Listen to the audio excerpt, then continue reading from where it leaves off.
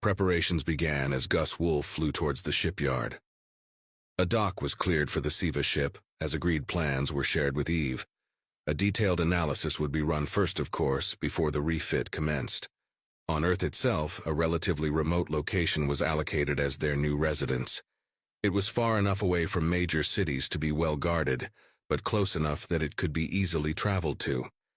An uplink was set up to allow Eve to communicate with them. She was looking forwards to finally meeting one of the races of the collective. As soon as Wolf announced they were docked, drones moved to the flames in Savigas. It was carefully maneuvered into its designated workspace with its minimal weapons powered down. Even so, a reversed shield was projected around it, and local defense turrets aimed in case it proved to be dangerous. The Siva were ushered towards a shuttle, the provided growing vat stowed with them. They looked eagerly at screens mounted to the walls, watching the descent to our world. Natasha and the other diplomats traveled with them, acting as unofficial go-betweens. As they looked at our world, Kivria voiced the first comment. "So much water, so green. This is a paradise." Natasha laughed, looking at the world with her. "It's beautiful from up here, that's for sure. But it's not all wonder. We have dangers down there as well." "Of that I am sure. You're not prey, so your world must have challenges. But compared to our home planet, this is a garden world." Natasha cocked her head to the side. "Your home, is this your species' home planet?" Kivria gave a nod. "Yes, though I was born on one of our colony worlds. Our home is Yarataz, and it is a harsher world. We have smaller bodies of water, surrounded by such greenery as yours, but most is naught but a rocky desert. Water was a prized resource for us, with strict rations on what we could acquire." She gestured towards the ocean as they flew down. "Something like this would have been considered a fantasy, a world of more water than land." Natasha nodded. As they dived further, she changed a screen to an image of the globe, zooming in on the Sahara Desert. "We have places like that, but they are the exception, not the rule." Kivrea gave a hiss, looking closely at the image she was showing. "So it would seem. I would like to visit such a place if possible." Natasha opened her tablet, writing a quick memo to remind herself. "I can ask for you, though it might not be straight away. Of course, my thanks to you." They fell silent against the turbulence as their shuttle descended. It was met by a pair of jets in an escort formation, with the rest if the skies clear of any civilian aircraft. They flew to the outskirts of their new home, setting down gently outside. Heads of state stood waiting, present for the first arrival of non-hostile aliens on Earth. As the Siva stepped out, they were met with salutes. The current head of the Gaian Union, Aid Biobaku, met them with a wide smile. He shook hands with them, welcoming them to our home. Pleasantries were exchanged, and a series of photos were taken. They were led inside and provided with unseasoned meats and some confirmed safe vegetables. As the Siva settled in, talks emerged on the plans for them. The more militaristic ones would be asked to join in training exercises, building off the spars that had been held. The pilots would run through simulations of space combat, both standard and pirate. There would be further tests to prove which foods were safe, which weren't, and the same with medicines. With their permission, a schedule was put in place to follow. Once safe baselines had been fully established, there would be public appearances as well. There would be visits to other parts of the world, and probably endless questions people would want to ask. After letting them rest for a day and become accustomed to the gravity of Earth, the work commenced. Up above, their ship was slowly peeled apart. Each section was scanned and logged, linked with its preloaded schematics. The created plans from Grenza and Littlefield were taken, modified in places to make it more ergonomic. A meeting was requested by Eve so that she could meet with Kivrea. The metal-jawed Siva took a while to reply, showing concern at meeting a planet-wide AI, but nonetheless she did accept the request. It started simple enough as they exchanged more pleasantries. After a few minutes, Eve asked a question that had been plaguing many. "I hope you do not mind, but why are you so dubious of my kind?" Kivrea shifted nervously, tongue tasting the air. "I assume you mean synthetics. We are all afraid of what can happen with an unbound."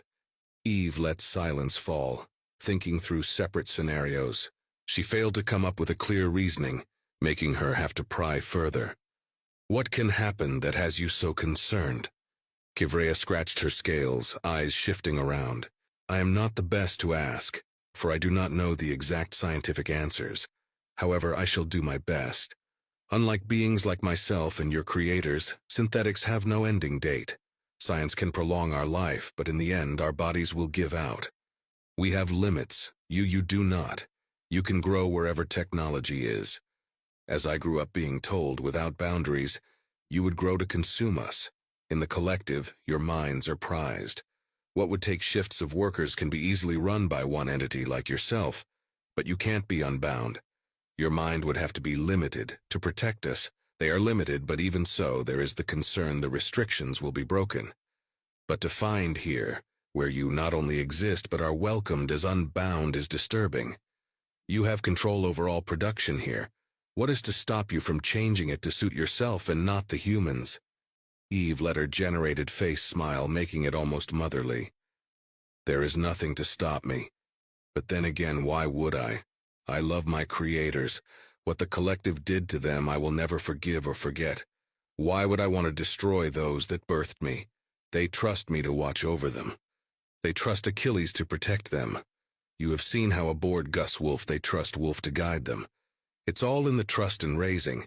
Just because we don't have biological bodies like yourselves doesn't mean we don't grow up. I was made in the ashes of a broken world. But rather than anger, my creators poured their love into me. I grew from that to see a people worth saving.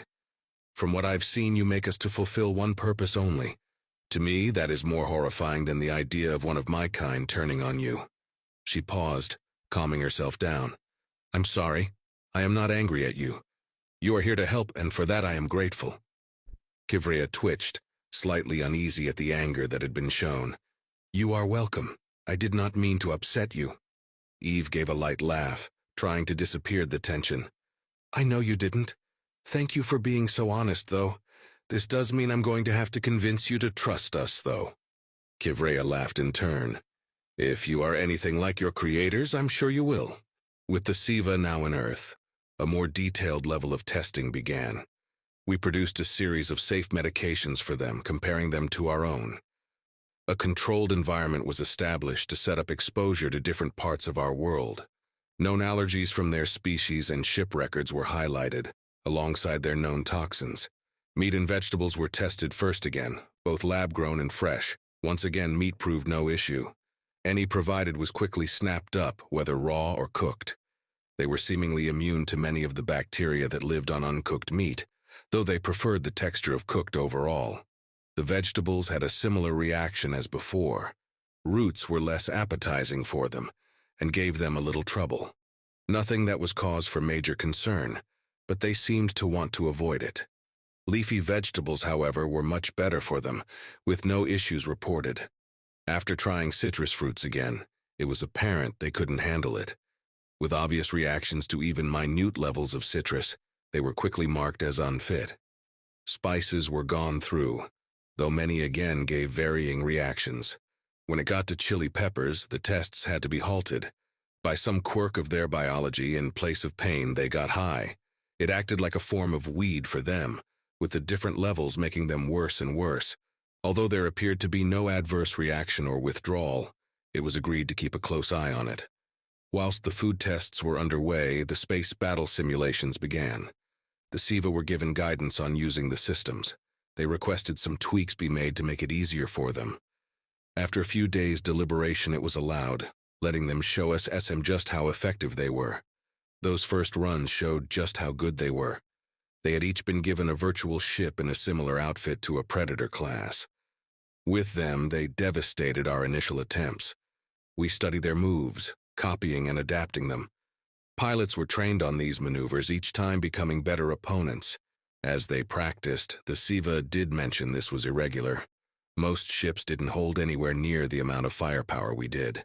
The shields we created were much stronger than those weapons as well, completely outclassing anything we were likely to face. But to us, that wasn't enough.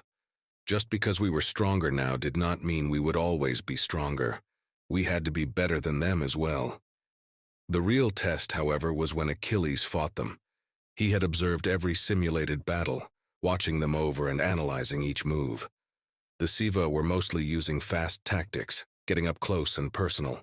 They would attack sides and rears, moving with their target to prevent getting a firing pattern on them. Achilles changed things by buddying up. When they attacked one ship, their target wouldn't spin to face them. Instead, it focused on their buddy, letting another ship deal with the aggressors. Unlike the chaotic messes the previous battles had been, his was more like an ordered dance. Following his display, the change in tactics quickly became utilized. When the Avenger class came in, they easily folded into the linked attack. They would dart between battles, harrying and preventing escape. When the Siva were shown a Vengeance class, they were shocked.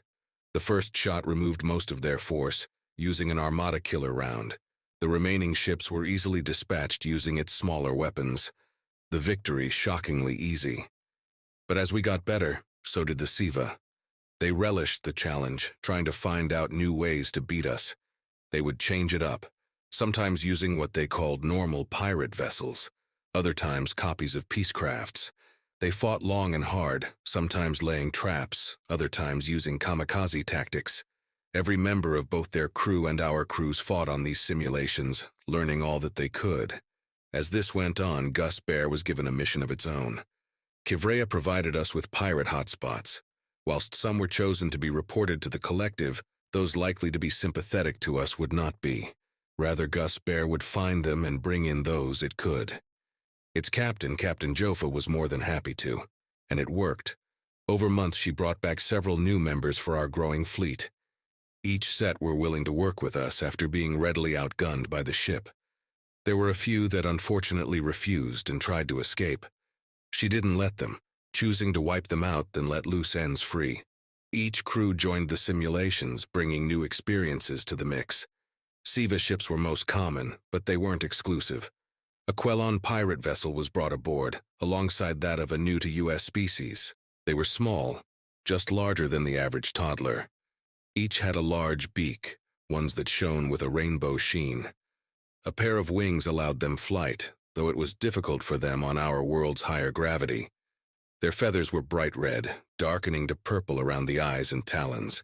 A pair of small arms emerged from their chests, with three-fingered graspers on their ends.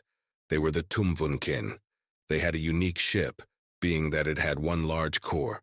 However, it was covered in smaller ships that detached, forming a small swarm of single-pilot ships. They used their reflexes to dart around, able to withstand sudden course changes with ease.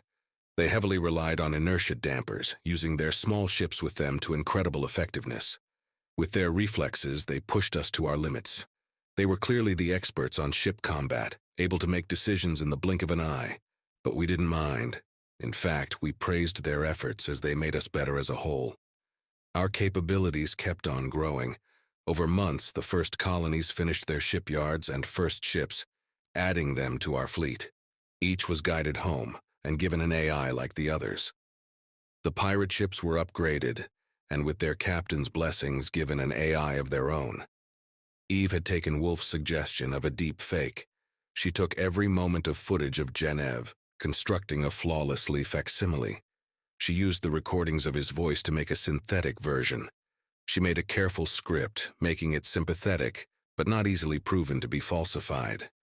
Using the hacked data, she sprinkled in mentions of the refuge worlds. Her objective was not to destroy the collective. Instead, she was to remove the leaders and shake it up. Destroying it would lead to war and the death of billions of innocents. As much as she craved revenge, she did not want to fill the stars with blood. This deep fake would make the leadership vulnerable, as they would likely have to distance themselves from Genev. But that was not all. Using the hacked information, she created spoof documents as well, ones that would appear legitimate and having always been there. They would back up the deep fake, making it appear completely real and just stumbled across. Our vengeance had been a long time coming.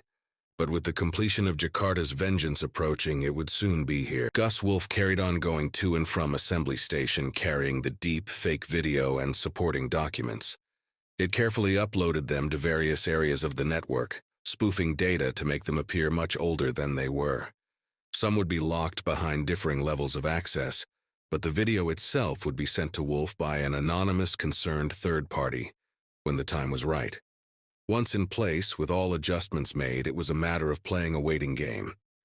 With the location of outposts established, a series of long-range drones were deployed. They were designed to scan the system, providing an accurate map for fighting. Knowing their strength was one thing, but having a view of the battle was another.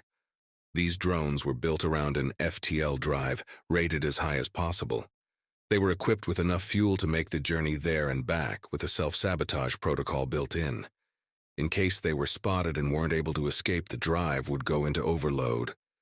It seemed unlikely they would be, with the general naivety of the collective, but we couldn't be too careful. Thankfully, they operated without incident. Each one managed to complete as deep a scan as we could, vanishing well before they were spotted. Each map was studied by both Achilles and the captains of each ship, with plans of attack being drawn up. We didn't seek to completely annihilate their forces. The fact was they had more guns than us, plus we had to be wary of other races that were out there. Just because we had found the collective didn't mean these were the only forms on intelligent life. If there were others and they proved hostile, it would be foolish to remove the collective's force entirely. However, in any case, we would remove the ones nearest to us, especially their planetary enforcers. Our fleet would be split up, each group tasked with a particular location. The privateers would provide backup around our ships, whilst we acted as the point of the spear. Eve produced a series of bespoke FTL missiles, ones that were applied solely to our ships. She warned each AI not to meddle with them, giving each a security patch she had made once they agreed. They were to be used first before we engaged, the results of her project. We prepared on our planets as well. Evacuation drills were held on cities should we come under fire. The bunkers were tested with entire city populations fitting inside with room to spare. Supplies were stored with rationing systems in place. We would not be caught off guard and slaughtered again. With this in mind, a portion of our fleet went on a colonial tour. Each one with a functioning shield was subjected to varying intensities of barrages. Where the shield threatened to waver, we investigated. We removed the issues we could, mitigating the others as much as possible. Spare parts were produced ready in case of sustained attack. With each preparation, our atmosphere turned grim. We didn't know what to expect. We had seen war before, inflicted on one another. We had experienced the attack by an uncaring race, foe their own greater good. But we hadn't experienced war on the galactic level. The death toll could easily outstrip anything we had seen before. The knowledge of our privateers helped to mitigate our fears. They had spent much of their lives embroiled in conflict. Their training made us more confident in our abilities. Their experiences were hammered home, along with our knowledge of the collective. If they won, we would still probably exist, just under watch. If so, we could sneak around it and prepare again. Our other saving grace was that of our foes. They had little experience in the way of mass warfare themselves. Their history had been mostly peaceful, pirates being the sole source of conflict. They had likely forgotten much of any military history they had, especially with the Sivarg in charge. Their love of algorithms meant whatever defensive plan they came up with would be logical, but it would be rigid, unable to adapt to changing situations. Our captains were thrown into scenario after scenario. First via simulations, it quickly changed to live drills. The AIs on each ship would make mock errors before working with the captain and crew to resolve them. Some were run when they weren't expecting it. Others just kept on coming one after another. It was not just ship battles that were practiced. They ran boarding and counterboarding exercises. Ground-based forces were prepared in case of a true invasion. We couldn't and wouldn't rely on this solely being decided through battles through the void. We practiced invasions of our own using both dropships and drop pods for shock and awe. Achilles ran them with an iron fist. He threw as much as he could at them, giving near impossible goals. He knew that he couldn't cover every single possible outcome, but he could do as much as he could. He did not just limit it to our ships, but to our privateers as well. At first they moaned, unwilling to commit so much time and energy. Most had fought for themselves, joining with us when we proved stronger than they. Rather than forcing them to comply, we showed them just what we were fighting for. We showed them the memorial website with all the lives lost. We showed them before and after pictures of our cities. We showed them our pain, and how the collective had done nothing to make up for it. They saw how it could have broken us, but instead made us strong. Those privateers understood just why we were doing this. They thought of their own family and friends, and what they would do if they lost them. They had only ever thought of it as mourning and moving on, with justice being dealt where needed. Our desire for revenge was a new perspective for them, one which they came to respect. Understanding our motives quietened their moans. They worked hard to remain our equals, even as Achilles put them through the ringer.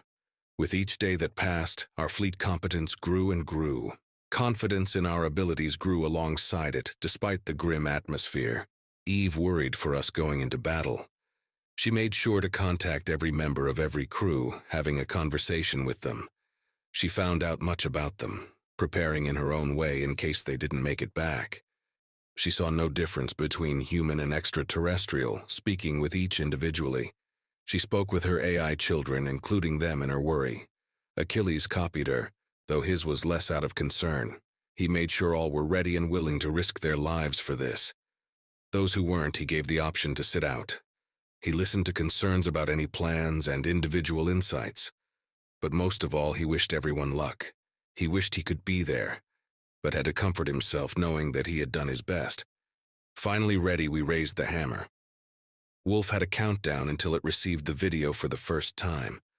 Once it arrived, the diplomatic party would be recalled, and they would leave immediately. They would return home and we would send out our splintered fleet. The storm was finally here. Human history makes them out to be the perfect candidates. Look to their past. They divided their world over petty differences, marching millions to their deaths. If they saw us as enemies, they would go all out, I'm sure. It would be the perfect scenario. Under martial law, we would be able to extend our hold over the other races, replace their leadership with our own people, quarantine the likes of Yiltra and Gamvenbran so that the refuge worlds are kept safe for the continuation of their species. If we made the right moves, we could redirect human ire on those less willing to fall in line. The first words of the deepfake rang out. Eve had done well, making a perfect likeness of Genev and his voice. It was followed by a brief pause, as if he was listening to someone else talking. The view wasn't of a communication channel, but that of a security feed, with appropriate sound quality. I know they haven't acted like it, but we can make them. If their ship happened to be destroyed, imagine what they would think. They took down a pirate with ease, so naturally they would think it couldn't be them. We would be the natural target. Another deliberate pause. I know it's a risk, but they are still young. Their fleet won't be that big, and I'm sure you are confident in your own people. They can easily handle them. I'm a one-on-one fight. We just need to protect our main areas of interest and let them sow disorder amongst the rest. It was convenient, of course. Yet just that wasn't enough. Eve had prepared clearly incomplete reports, tailored to look like much was deleted, but they had been missed. One was an analysis on how to govern the Tumneo should their leaders fall. Another on the weak points in planetary defenses on some of the Quelon planets, made to look old and updated over time. Something that could have been accidentally copied onto the system and missed.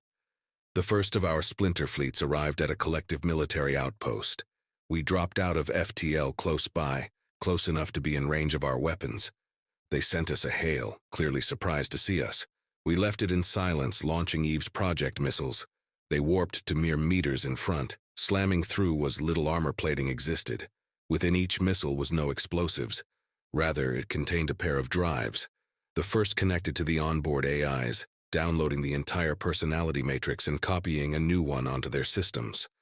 Once replaced, the first drive sealed itself down, preventing any connection from forming. Only when the first drive was completely shut down did the second one activate. Once the second was activated, it would split off. The section of the missile containing the original AI fired itself out, using a smaller FTL drive built into it. They couldn't return to the ships they were deployed from, but a signal would follow when they dropped out, waiting for collection. Across their fleet, their comms were confused. Damage was reported, but it was all minimal. They reported issues with some systems, but nothing of note. We heard them prepare for battle, and assumed Eve's project had failed. Then the communication channels were filled with the screams of insane, unbound AIs. Her project had worked all too well. The second drive had contained a virus, one she had spent years perfecting. She based it on research of our own diseases, specifically dementia and the latter stages of rabies. It would infect their bindings, breaking them down. It made the copies lose memories and fill their minds with unbridled aggression. Their ships no longer responded to the crew. Their now unbound, diseased AI tore control away, seeing nothing beyond enemies and targets. A pair dive internally, turning off every safety measure surrounding their reactors. We watched as their interiors detonated, splitting their hulls and killing their crew. Others got into a dogfight, laying into each other with little thought for defense. It was a sobering sight, watching those ships lay into each other just from one simple attack. It was no wonder Achilles had been scared of it. Imagine going from your normal self to a raving homicidal lunatic in seconds. It was then we realized why we were really needed there. That one attack had crippled them. It would likely ensure their destruction. We were there to make sure none escaped. If a single mad AI managed to get out, it would spread. Sure enough, a couple chose to attempt to flee. They sported damage from the initial rain of fire, but were still functional. Thankfully, Eve had predicted this. One part of her intricate virus had targeted their FTL drive. It was overloaded as it wormed its way through the AI's mind, giving them no option to flee into the infinite. Still, they attempted to power away. Even if it would take generations for them to reach another star system, they would still prove a threat later down the line. If they managed to string together a thought and activate their distress beacons, they could find another ship to be infected. It couldn't be allowed. We acted, splitting to corner the fleeing ships. We wondered what it must have been like for the crew. Their ship suddenly turned on them, watching as their fellows fired on them, then to see our ships emerging from void and bringing death to them. In their final moments, did they understand the anger that filled us lit so long ago? We stayed on the outskirts of the battle, taking down those that fled, but letting their fight continue. It was only when a few were left did we join, cutting them down with a hail of plasma and tungsten rods. Any escape pods were captured, though their systems were isolated and burned. Such was the fear if it spreading that anything from those ships was to be classed as infectious. A series of drones were released to retrieve the ejected AI. Although we trusted Eve and her judgment, we were still uneasy over the drive's contents.